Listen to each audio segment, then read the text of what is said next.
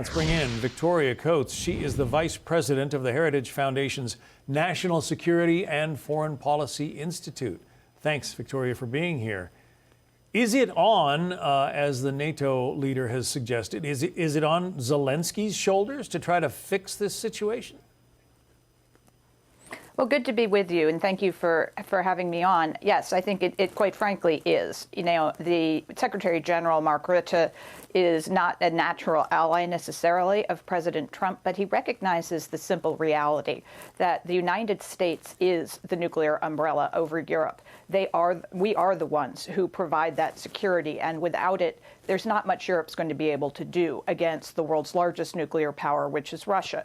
So that is the reality that I think President Zelenskyy forgot yesterday, that this is a bigger situation than just Ukraine, and that President Trump is an indispensable and necessary partner to Europe. And just really quickly, I would point out he had two excellent engagements with European heads of state last week. This was in no way inevitable, nor is it President Trump's fault.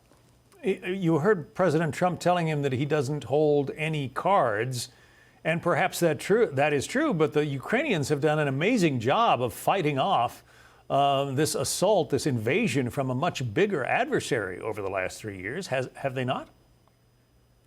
Oh, they have. And I think President Trump was very careful to say several times this week, including yesterday during this exchange, that no one can doubt the bravery of the Ukrainian people and that he admires it greatly. And I think that is also a fact. And in this case, though, he has said repeatedly that he doesn't think we should be fighting this war down to the last Ukrainian, which is how the Biden administration prosecuted it over the last 3 years, giving Ukraine just enough not to lose, but not enough to win.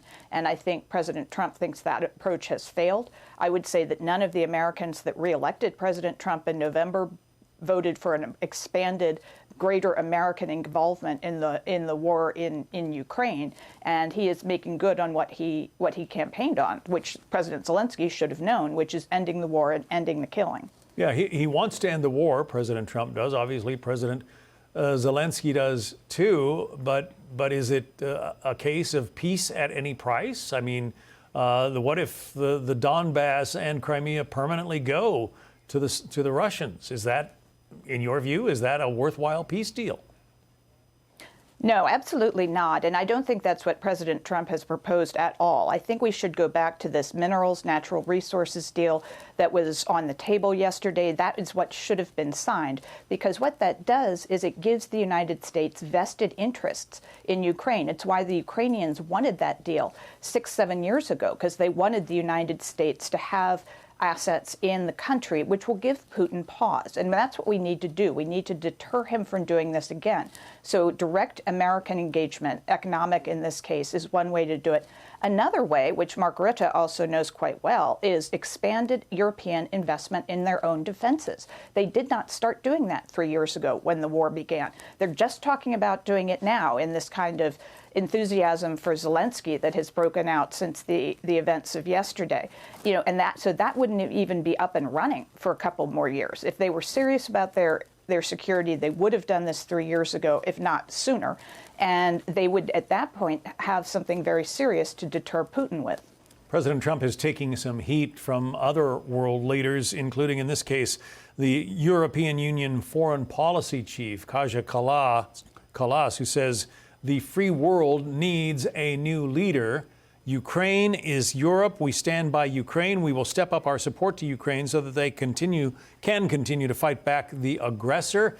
Today, it became clear that the free world needs a new leader. It's up to us, Europeans, to take this challenge. Do you dispute any of that? Yeah, yes, I do. And Kaja Kallas is a friend of mine. She's the former president of Estonia. I think those were very poorly chosen comments, probably said in the heat of the moment, because, you know, this is just unrealistic. And, you know, President Trump is this best friend to Europe. We are very close partners, and we want to continue to be.